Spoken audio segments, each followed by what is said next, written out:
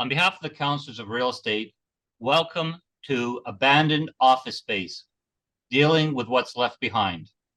Thank you for joining us. I'm Bill McCarthy, CRE, Global Chair of the Counselors of Real Estate, and President of WPJ McCarthy and Company, located in Burnaby, British Columbia, Canada. The Counselors of Real Estate is a distinguished international group of accomplished advisors solving the world's real estate challenges. Experienced, innovative, and credentialed problem solvers, counselors reside in 22 countries, practice in many more, and offer expertise in 60 real estate disciplines across all asset classes. Each has earned a prestigious CRE designation. Let's recognize our What's Next webinar series sponsors. Altus Group, Busak Real Estate, Equus Capital Partners, Ascenda School of Management, Harborview Electric, and WPJ McCarthy and Company. Thank you all for your support. Before I begin, I'd like to offer you all a subscription to the Counselor's peer-reviewed professional journal, Real Estate Issues. If you don't already subscribe, please visit cre.org/REI. You're encouraged to utilize the Q&A function should you wish to submit a question. Your participation is welcomed, and we'll answer as many questions as time permits.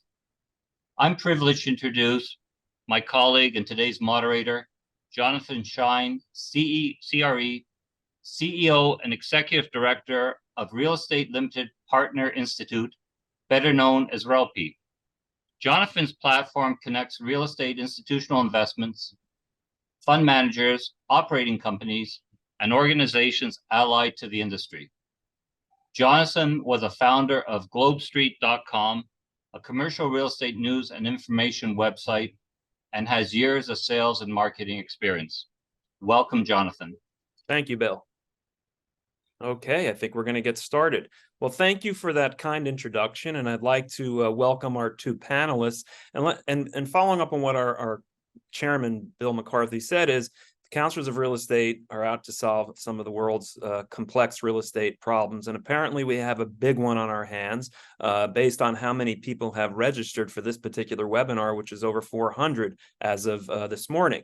So I'd like to introduce our two panelists or introduce themselves. Let's start with Ruth, our fellow CRE.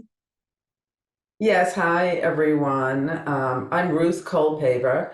My company is Wharton Property Advisors. We're based in New York City, and we represent tenants, getting them office space in New York, renegotiating their leases. So we're really sort of at the forefront of what's going on with respect to the office space situation in New York City, much of which also pertains to really all the central business districts worldwide, with the exception of Asia, from what I understand.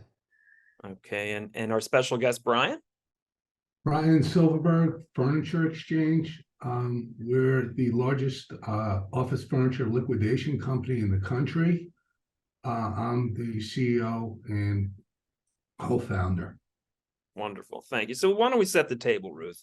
You've written up, you're quoted quite a lot in the New York Times, and this is not going to be a New York City-centric conversation because, as Ruth said, it's endemic throughout the country, and we're going to discuss that. But why don't you set the table for us right now, because everybody's talking about converting office space into something else, but really you can't do it until it empties out. So Ruth, why don't you give me an idea of what's going on right now? Yeah, well, let me give you a sense of the scope of the problem, at least in New York City, which is the biggest office market in the world. We have about 100 million empty square feet of office space. And let's look at it another way. You know, the real problem situation come with the B and the C buildings. Okay, that's a total of about 4,000 buildings. Just New York City, 4,000 buildings. It's a total of 261 million square feet. So picture the Empire State Building, which is one of the bigger buildings in New York. It's 261 of those buildings that are encountering or are likely to encounter trouble with running their operations. So how many Empire State Buildings was that 261.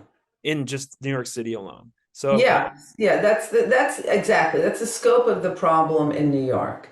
And the fact of the matter is, with these building owners, again, the B and the C building owners, and this goes for every central business district, the real problem is going to come when they have a mortgage coming due. When they have a mortgage coming due, and many of these buildings financed during the very attractive low rate environment of the last 5 years, their mortgage is coming due now. They're maybe paying 5%, 6%. Their banker is not even returning their call. Okay? Many of the banks have just shut down on office lending. And Jonathan, as per the seminar that you ran a couple of weeks ago, these borrowers, these B and C building owners now have to go to alternative lenders where if they can get financing, it's going to be 15%. So that's triple.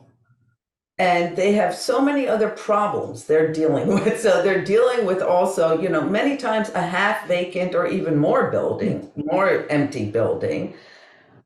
Any new tenant that comes in, not only is the rate going to be a lot lower than what they're getting from any existing tenant now, but they have to give a year of free rent. They have to give $100 a foot in work. They have to do all that work, or the cost of construction have gone, all their costs across the board have gone up so much. Many of these owners are asking themselves, is this worth it? What do I do with this building? So you had said earlier, when we had a discussion ahead of time, that you are leasing space to tenants, and this is where we're going to bring Brian in, but they're not quite leasing as much as they used to. The footprint that they are actually occupying is changing, which brings up some big issues. Yeah. And, look, what the pandemic has done has started basically a revolution in the world of work. And we haven't seen anything like this since the Industrial Revolution of the 1800s. The way people work has changed. And it has been found that a lot gets done at home. And a lot of workers like working from home. The CEOs don't necessarily like it, but the workers like it. And there's a real battle going on in a lot of companies. But what this means is for a lot of companies, where they needed 20,000 feet before because their workers were coming in 5 days a week, their leases are coming due. They're looking at their floor plans. They're like, you know what? A third of my staff is really happy working from home. Maybe I can cut down the amount of office space I need by a third and save myself some rent. And they're looking at that as a very viable scenario. So that being said, Brian, let's bring you into the conversation, because now we've got a situation where tenants are leaving and many of them are not occupying as much space, and they leave stuff behind, right? And it comes down to a couple of questions, and I'm not a lawyer, I don't have a legal mind on this, but they leave it behind. Who owns it if the lease expires? Okay, who owns that? Who's responsible for it? Because this is something that's happening to landlords all over the country. And then secondarily, if the tenant still owns it, what do they? Why don't you kind of bring us along on your path? So the tenant has a responsibility to return the space in vacant broom sweep condition. They're liable, and often the penalties are double rent or triple rent for holdover, should they not get out. So historically, the industry was driven by larger clients having to get, looking on one hand that they had an asset, and all of a sudden realizing there's a liability here, somebody has to pay for them to leave. In times, bad times, as we're speaking of, if a tenant leaves, the building owner looks at this stuff and they say, can we use it? Will it help us market the space tomorrow? Or do I have a problem in my hands as well? So we start the conversation by saying it's the tenant's responsibility, but if they run away, then it becomes the landlord's responsibility. In most cases, it's not an asset. Okay. So, and further along the point, I want to make sure that for our viewing audience, there's a Q&A button. And if you have any questions, please feel free to write them in. We'll try to get to them. Brian, are you seeing this all over the country? Are you seeing this in suburban office markets, exurban markets, please? I'm seeing this everywhere. So we liquidate for the Fortune 500 companies around the country in all markets. You know, it could be Cleveland, it could be Charlotte, it could be San Francisco, it could be somewhere in Arkansas. It's the same issue people are having. So to Ruth's point, people are using less space. They have to make decisions. So client A is leaving 20,000 square feet, they're going to 10,000 square feet. Client B may be a Fortune 500 company leaving 500,000 square feet and they're going to 300,000 square feet. The body count might be the same, but they're saying we could either from, as you said, 3-day-a-week work weeks, or just understanding their workplace environment and saying we just need smaller desk surface, or we don't need offices, or they changed the workplace and they said we could take less real estate because they can save on costs. So yes, they have to get rid of their furniture. Becomes either a tenant and or a landlord problem, not usually a solution.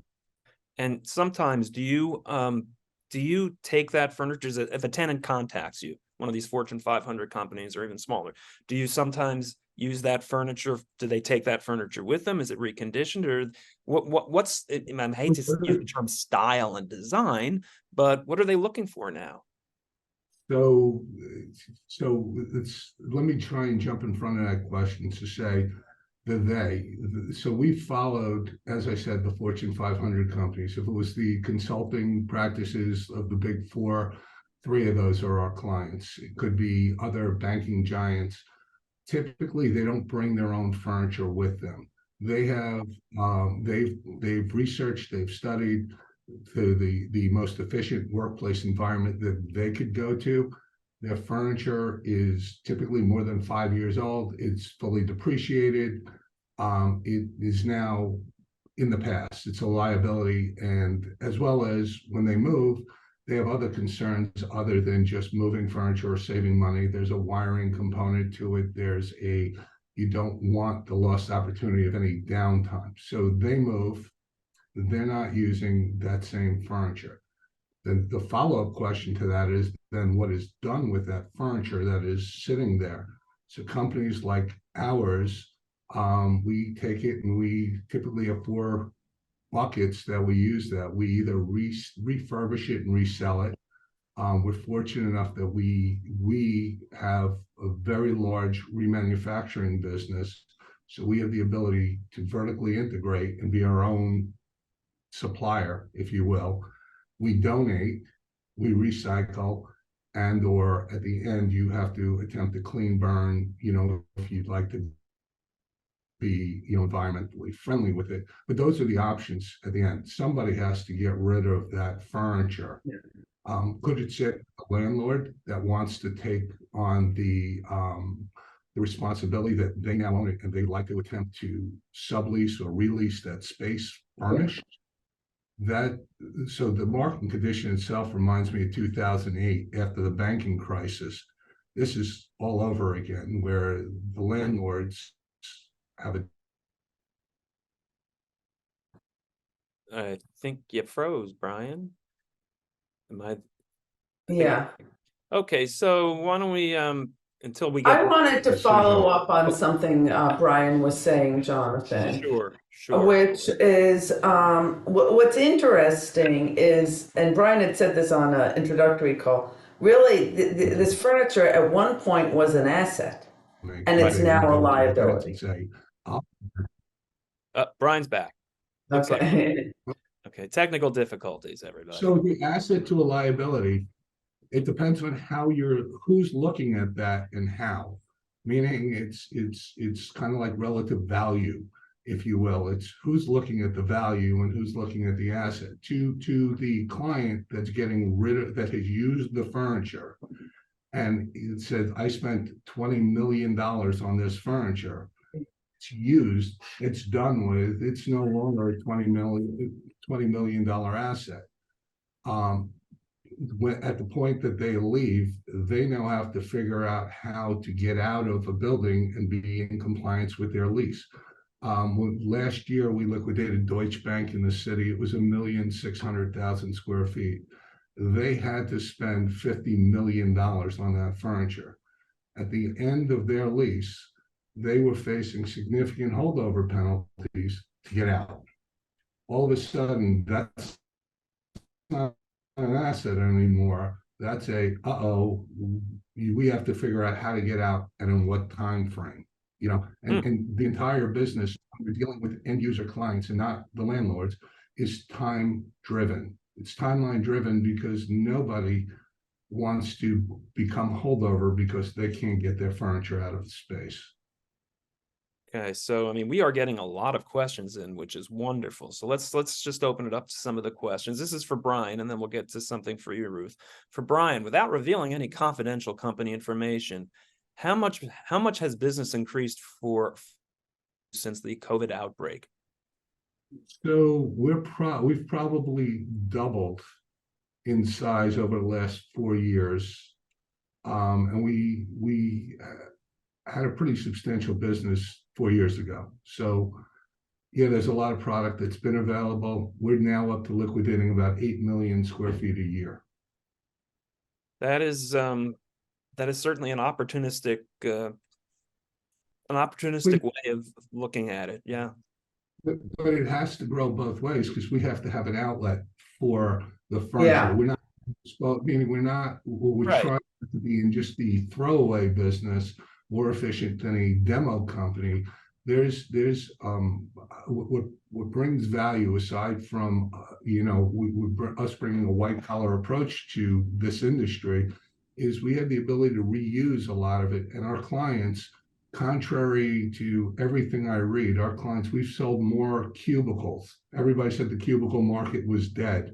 We've sold more cubicles over the last 4 years than we've probably sold in the 10 years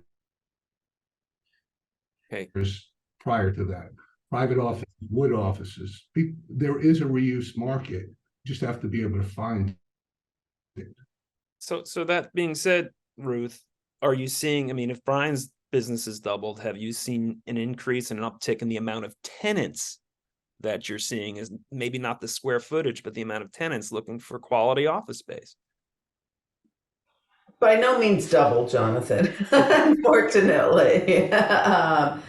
It's a slight tick up. I mean, look, there are some companies that went completely remote. I mean, companies with like thousands of people, worldwide companies that went completely remote, claim they're very happy being remote. But I'm seeing some of them, tiptoe in to develop an office presence. So, I think what's interesting about the furniture side as well is this whole concept that what was once an asset is now a liability. And removing this furniture, on the one hand, landlords are keeping the furniture in place because the fact is it's a lot easier to lease space if there's furniture there. Okay. No question about it. So I'm sorry to jump in. Landlords are keeping furniture when it's quality furniture. They're not willing because clients. So my recollection in 2008, this happened. Very similar. People were just afraid of who was coming back to work. There was a lot of empty buildings, a lot of empty space. But what's happening now is the clients demand quality, even if they're getting as is. So future tenants for the landlords. If it's nice, the landlords are keeping it. If it's questionable or not nice, the landlords are being instructed by their brokers to say, look, you're not going to be able to lease this looking like this. It's a hindrance. Yeah. So there is an understanding that, quality sells and crap stays and won't sell. Okay, so another question. What are the best and worst case scenarios for returning to some positive value for empty office space? I guess that will start. And I guess, and that also goes into, is it empty office space as office or converting it over? And we got into this situation with discussion about having it staged or furnished. Yeah, look, I mean, the thing that will fill these office spaces is more people coming back to the office 5 days a week. I mean, the office is not just about the office. The office is about the whole ecosystem of the central business districts. Every employee that comes into an office stops to get a bagel and coffee, and they go out for lunch, and they use mass transit, and they hang out after work, and they use all the services of the central business district. Plus, there's a huge ecosystem of the banks that lend to these buildings. So if these loans are going to go bad on the buildings because they're empty, the banks are going to suffer. So this is like a huge system that is at risk now. And the thing that is going to most quickly and easily solve the problem is that people come back to work, which it sounds so simple, but it really isn't. And there is a battle going on in many companies, but the big companies, Goldman Sachs, Bloomberg, the New York Times, Amazon, they are all saying, you're in the office 5 days a week. They're saying this to their employees because these companies understand that getting people into the office is really about the worldwide economy staying healthy and these buildings not all going bankrupt. Well, so another question that came in, if tenants are taking less space, and apparently they're doing so, and this kind of goes a little back to what Brian talked about in cubicles, using more cubicles, are they going to lease it and use it the same way as they did before? What is the usage? And Brian, first with Ruth, and then Brian, if it's being used differently, how are you approaching the furniture aspect of that? Yeah, and this is all new, Jonathan. I mean, look, we're in uncharted waters here. And companies are trying different things. I mean, some companies just, you walk into the office, there's a locker, you bring a laptop, you're assigned a desk or you're assigned an office. You don't have any photos of your family there. You don't have any of your personal belongings there, but it's like a hotel concept. So I'm finding that's some of the case. And I'm finding that the people that are coming back to work, or the smaller offices, or the subset of offices that are coming, they're kind of getting what they want. So if space A is furnished with, large offices, large cubicles, and they want benching stations, or to Ruth's point, if they want a hoteling environment, okay, either the landlord goes out and says, can we either find used or new furniture, and we'll purchase furniture in that subspace, and we'll throw away everything that's in the way of cutting a deal with the client to take that space, or in some way the ownership group is saying, we're looking to attract groups that we know are going to take benching environments, so they'll go out and pre-furnish those spaces. But again, it comes back to clients are getting what they want because it's out there, to find, and it's a client market now, not it's not a landlord market. Well, here's an interesting practical question for you, Brian. When companies allow people to work from home, are many companies offering furniture to their employees to take home to work, like for their work offices? So I'm going to say about 2 years ago, a marketing group came to me and asked us if we could sell to that marketplace, the home office market. And we said, sure, because it wasn't a market we hit. So they had corporate clients in corporate budgets, and they would submit. So the big clients would give their people, some of them would give their people a budget to work from home. If you need a chair, here's a Herman Miller chair, just submit the expense and we'll pay you back. We came up with a market that was approximately a third the cost and we've probably sold in excess of 6,000 shares in 3 years that were just sitting. You know, we carry approximately in-house about 10,000 shares at all times. And couches, club chairs, things that were difficult to sell, the home office market became a thing. I think most of the people have their home offices set up already.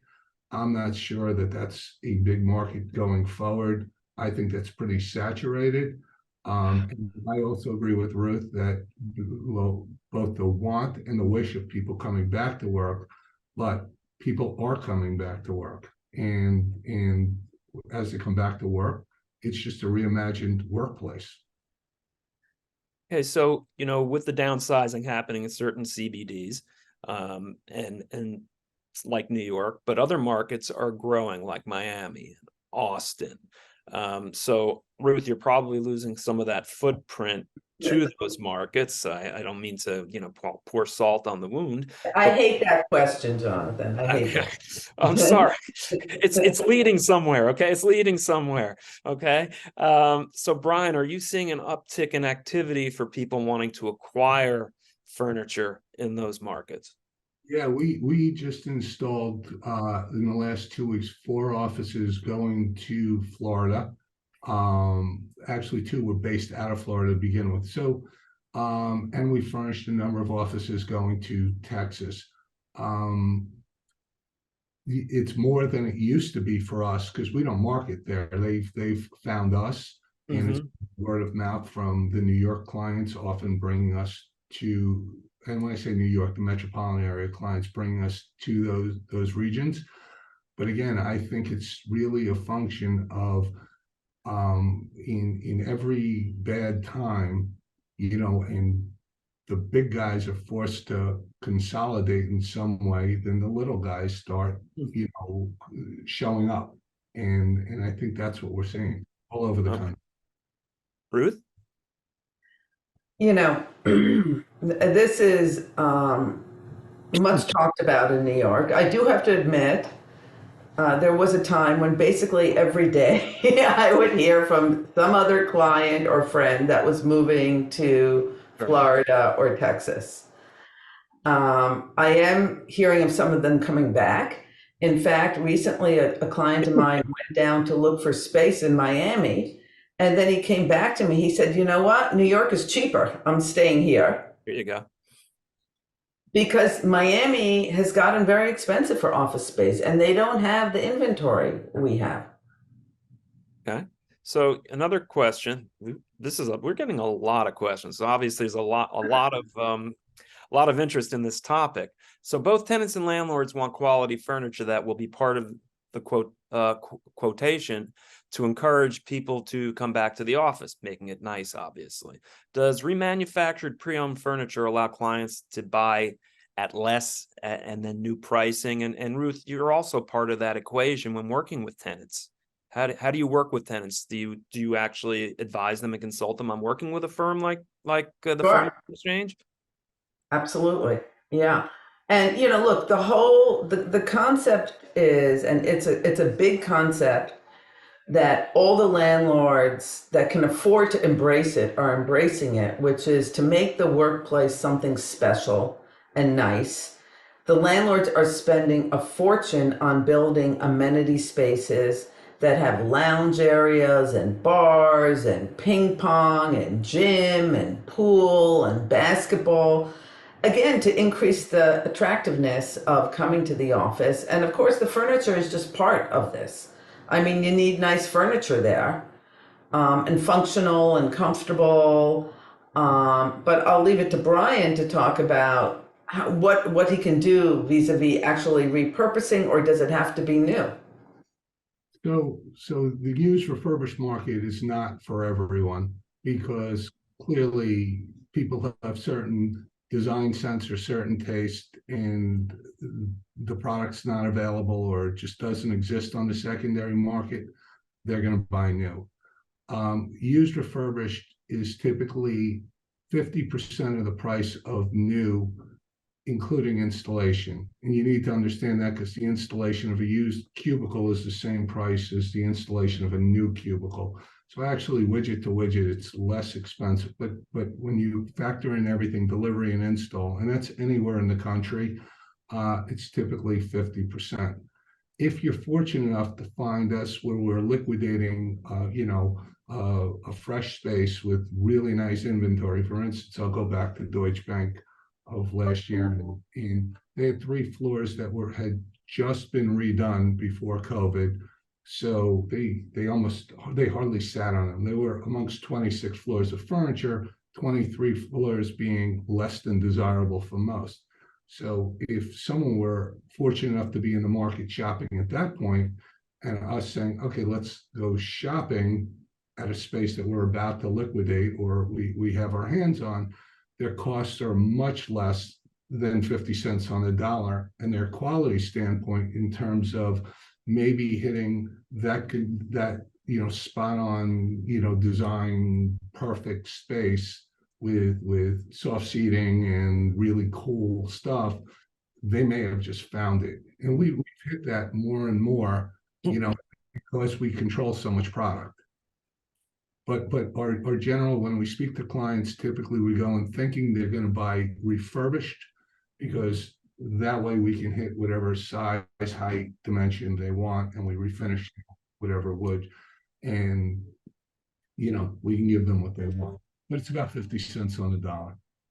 Okay. One of the questions that came in, it was more of a comment, but I do have someone who's with the Cook County government receives a lot of donated furniture. So Brian, do you work with municipalities? We do. So part of when I said to you, there were 4 parts of the liquidation. One of the core parts right after the resale is we look for not-for-profits that we could donate to. It's very hard to do, or it's harder to do, because time is a function. So when you're dealing with a tenant that has a lease expiration date, donations are harder to do because it slows down the process, and we're typically the last person in the space, and the time frame we're given is sometimes unreasonable. So it's literally a fast break from time we're given the keys to the time we have to turn back clock. When we're dealing with landlords, or when we're dealing with larger timeframes, we could bring in or designate the non-for-profits that we will then, take product to and for. However, in an economy like this, a lot of the non-for-profits are full. They can't take any more furniture. So it becomes an issue of, like Habitat from Humanities is one that we give to. And, as much as they want, they're still full.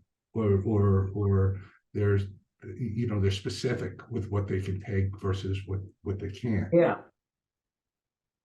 Okay, so we're going to say go on that, Ruth, or Yeah, I was just going to say, what's interesting that I'm seeing with nonprofits is they've had a really hard time too through the pandemic, and there aren't a lot that are really growing or moving. Now, the government sector, that's a whole different thing, and there is always something going on with the government and municipal leases. But the nonprofits, they're kind of in their space, and as Brian said, I don't really see them growing a lot and needing more furniture or needing new space.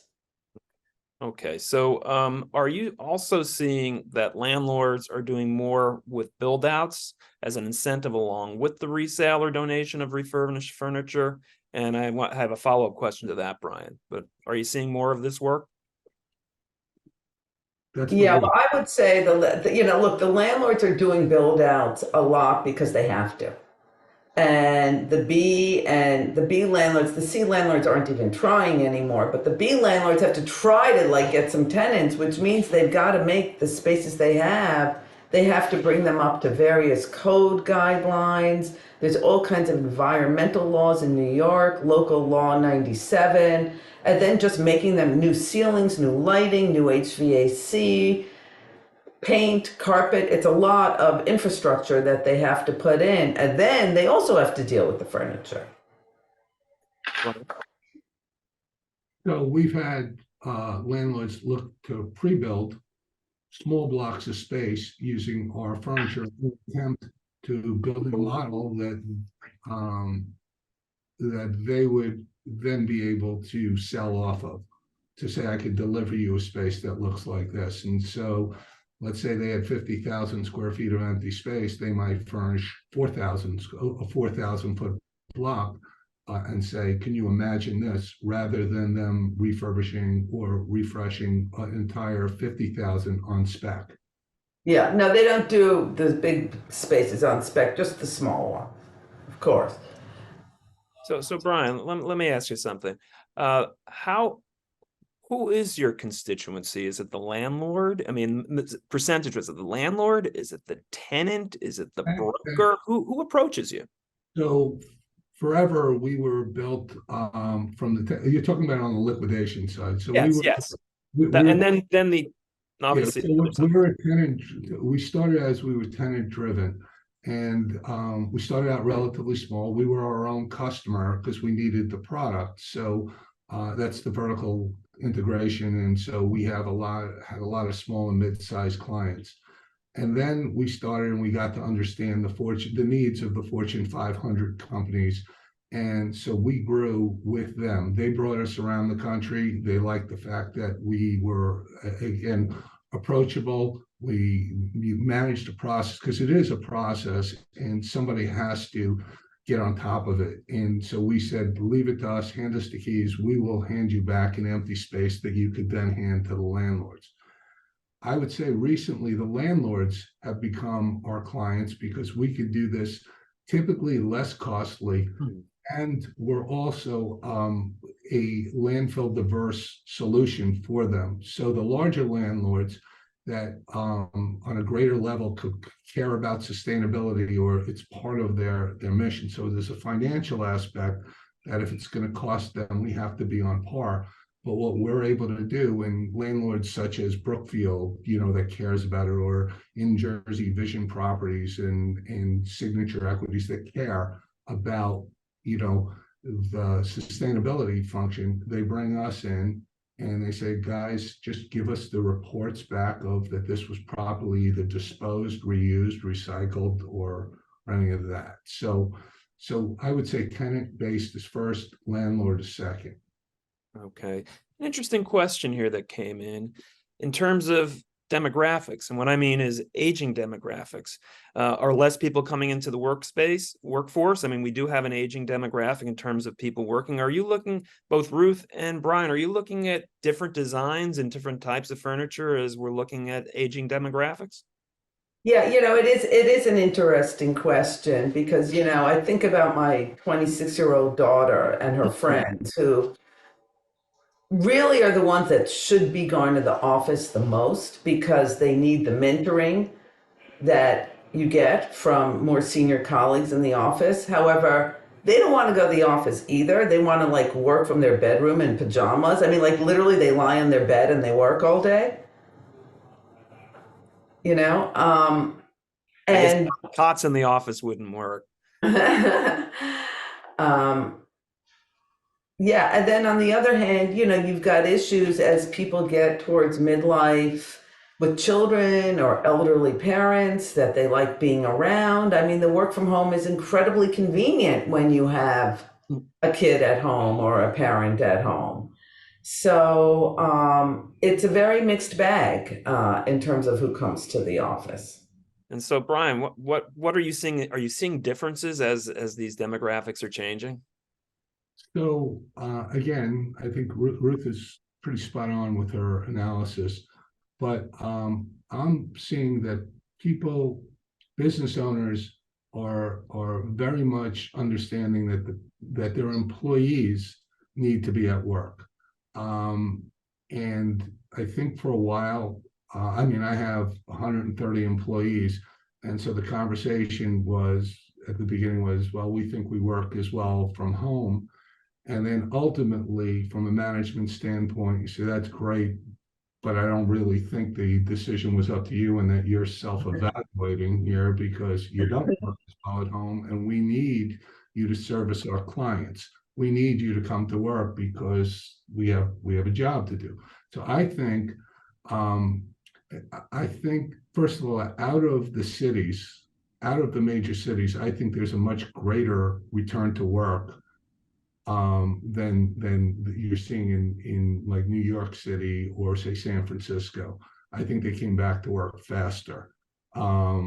It's just my perception. New Jersey and in the other cities that we're furnishing, and the type of furniture that people are doing is surprisingly we're for what pre-COVID. I thought my furniture business and the furniture business itself. I mean, I thought it was literally going to tables and chairs and beanbags and like, and then somewhere during COVID, people said, okay, you know what? If I want to get people back to work, the guy sitting next to me is afraid of getting coughed on. How do we protect them? So then plexiglass came in, and then they said, okay, let's raise cubicles, and then let's give people a little more space than a 2x5. Let's give them a 6x6, and now all of a sudden you were back to cubicles. I find that the insurance type brokerage, the financial services companies still use mid-size, not the large and not the tiny, still use office furniture. So the furniture that's being gotten rid of, that people say, oh, who sits at wood offices and who sits there? We can't. I mean, I have a backlog here that was 3 weeks.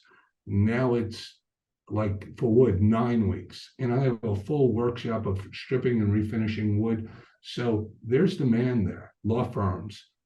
Some don't like the same kind of furniture. They want cool laminate.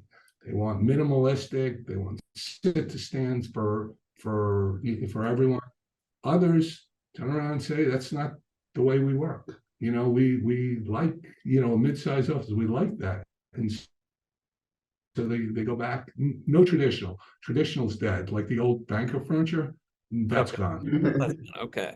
So apparently so are suits on the floor of the Senate. So I guess we're all moving together in the same direction. So Ruth, based on what Brian just said, are you seeing it's harder to get tenants in their space on time with this backlog? Yeah, no, it's because, and I've worked with Brian's firm, by the way, and they've been very helpful. And the nice thing about the used furniture is Brian has got a warehouse in Jersey. You don't even have to go to the warehouse. You can see it all online. And the furniture is all there. I mean, it doesn't have to be like manufactured in Italy and shipped over, it's there. And the prices are really good. And so tenants can get it quickly. Wow. Okay. Well, that was Yeah. that was a commercial for you, Brian. I wasn't trying to create a commercial, but I know, but actually, that's not the point of this. We're here to solve a problem as counselors of real estate. Yeah. Apparently we are. So here's a question for Ruth. Do your tenants look to you for advice beyond finding the space? They need to figure out new ways to accommodate new workplace policies like hybrid remote combinations. Your expertise is much broader than just negotiating per square foot and over all these lease considerations. Are they looking for more consultancy work? Has it changed? As you said, the world is changing. We don't know where we are yet, but how has your work life changed in terms of what you do? Well, every company is approaching this new world of hybrid work differently. Every company, it's totally sui generis, and some of them just will not deal with it and are like, everyone's coming in 5 days a week. Others are fully remote. And then you've got everything in between. For me as a real estate broker, I can't really tell a company how to get their employees in. I mean, really what I can do is show them the space and talk about different options and sharing offices and hoteling. And maybe you want a space that's more open versus one that's more built with offices. And each industry is, of course, totally different. Lawyers, for example, really need private offices. Where there are a lot of confidentiality issues, you really need the private offices. And when you need the private offices, I mean, the concept of sharing is just like, these lawyers, like they have a lot of papers and they don't want to have to like cart all their documents around, all day and take it home at night. They want an office where they can leave their stuff. Okay, sorry, I think my computer just shut down unexpectedly, like anything else that can happen on a day like this. Let me go back to the questions. And all the questions disappeared as well. So that's wonderful. So I'm going to have to kind of wing it. So Brian, do you have any questions for Ruth? And Ruth, do you have any questions for Brian? I'd love to hear some conversation between the two of you. So Ruth, my question to you would be, do you see the clients when they, or do you see landlords approaching clients at this point and saying, write me a check and leave your stuff behind because they would prefer to be in control of the check, the last check, right? And then whether the landlord fixes the space up, meaning cleans it out or brings it to, or do they just leave the space as is? You know, to be honest, Brian, the main focus I see now is the landlords are so anxious to get these tenants to sign a lease. Okay. And, you know, they're not looking to the end of the lease. They're looking to like get a lease started. And I mean, I was on a space tour yesterday, major New York office building for a small space, like 3,000 feet. The owner of the building conducted the tour. Okay, I mean, like you never saw that. Okay, I mean, that was like unheard of before. And, you know, the amount of follow up, I mean, they're, you know, like what can they do? What can they do to get another tour? What can they do to bring the tenant back? I've just never seen anything like this. And what questions do you have for Brian? Because I have some new questions to ask. Okay, well, I would just be curious, Brian, can you talk about like, so the furniture that you can't repurpose, that no one wants, what happens to it? Okay, so we've tried, obviously I can't resell what you're talking about. I can't donate what you're talking about. Anything that's metal, we recycle, and we recycle it to try and convert it to almost 1-for-1, 100%, you know, call it recyclable or renewable. So what do? You take it apart and you use the metal? So we separate when we're doing a liquidation. We separate metal from wood. When we wood, particle board, wood recycle. When we're talking about, call it junk. Okay, so we separate it. We take it to transfer stations. We can recycle the metal, and then actually about 5 years ago, one of my best clients pointed out the sustainability, being driven towards sustainability. And she kind of pointed out it was a thing, a real big thing. And so we found transfer stations where what people would have called landfill at one time, with which a lot of people within my industry, demo companies and a lot of, you know, smaller operations, they take the non-desirable and they just dump it at the landfill. We found transfer stations, and we have dumping permits in all 50 states, but we found transfer stations that are the most efficient. And the most efficient meaning they attempt, and they have the capabilities to convert most of that waste into, with a clean burn, into energy. So our goal is 90%, meaning of everything that we take out, that we at least landfill divert 90%. My guys yell at me when I say we're striving for 94%, but 94% is my corporate demand here, and we hit that. So a real quick question. I know just some people have asked this. You don't handle any of the cabling, wires, infrastructure? So we will. Infrastructure. So we will when the clients include that. So in some regions in the country, returning the space back in broom sweep condition means you have to go up in the ceilings and you have to go all the way back to the telephone closet, and you have to pull back all the cables that are in there and get rid of them. Okay, we will do that. It's some clients have their own IT vendors do it. Oftentimes, we're the easiest person to do that. When we started, we never did that, but now. Okay. And is that recyclable? Yes, because there's copper in there. So okay. People aren't using ISD lines anymore, but yeah, Virtually everything could be repurposed. Okay. It's just a function of somebody who has the will to do it. So we used to use the term, we were green before we even knew what green was. That was our issue. But if you pay attention, and a lot of people care, a lot more people, especially in this panel, care about a green, sustainable solution. We care. We can make more money, truthfully, if we did it the old-fashioned way, like what a lot of people do, and you take it because time is money and speed. If we took the quickest route, we would make more money. Probably wouldn't have some of the clients that we have because they care, and so I think our views proven correct in this industry. And kind of a quick pivot, because I've gotten, certainly there have been a lot of questions that came in about converting office space into residential, and that's a whole nother issue. Yeah. It'd take another 2 days of webinar. But I want to ask you both this question: what are you seeing, Ruth, in terms of really those C buildings and where they're going? And Brian, how does the conversion to residential affect your business? So why don't we start with Ruth? Yeah, so the problem with the conversion is it costs a lot of money and it takes a lot of time, and neither of which we have.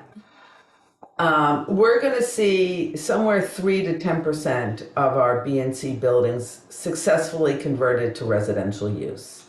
That's a very small percentage, and it's going to take for each of those buildings at least 2 years.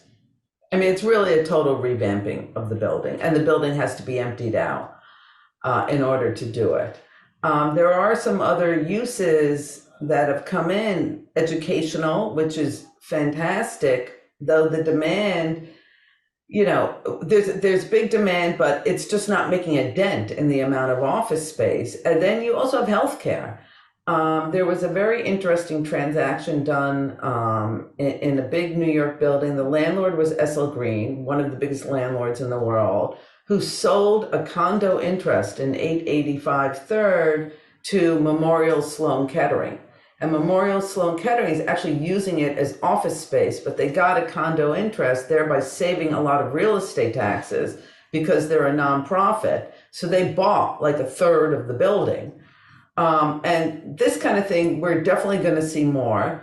But again, it's going to be so small, it's not going to make a dent in the bigger problem. How to fill the space. Exactly. So Brian, how is this affecting your business? Because I'm sure you're getting calls. We need to empty the space. We need to turn it into residential. I mean, can you help us furnish that? Can you do furnished apartments? So we've been asked all that. So frankly, 3 to 7 million square feet, if you're talking about 3 to 7% of 100 million vacant. That's of just B and C buildings, the whole space, the city. So however you want to choose it, 3 to 7% of buildings that need to be liquidated or vacated will give us opportunity to liquidate that building. And while we may not reuse a lot of the furniture, because perhaps in a C building is C grade furniture or B building is B grade furniture, it is still, in a for-profit business, even if I'm just taking and disposing in our way of that furniture. So there is opportunity for us. And then the clients that are leaving, the tenants that are leaving, some of them will be going back into, if they're vacating a C building, maybe they'll go to a B building and they need furnishings. Perhaps we're an option for them. Residential, not really. Like, we're not going to be able to furnish what they do, or okay. That's not us. Do you see the Furniture Exchange furnishing suburban office buildings now? How is that market for you? So we actually sell more out of the city. We liquidate more in the city because we're kind of like Robin Hood. We steal from the rich and then we redistribute to the slightly less fortunate,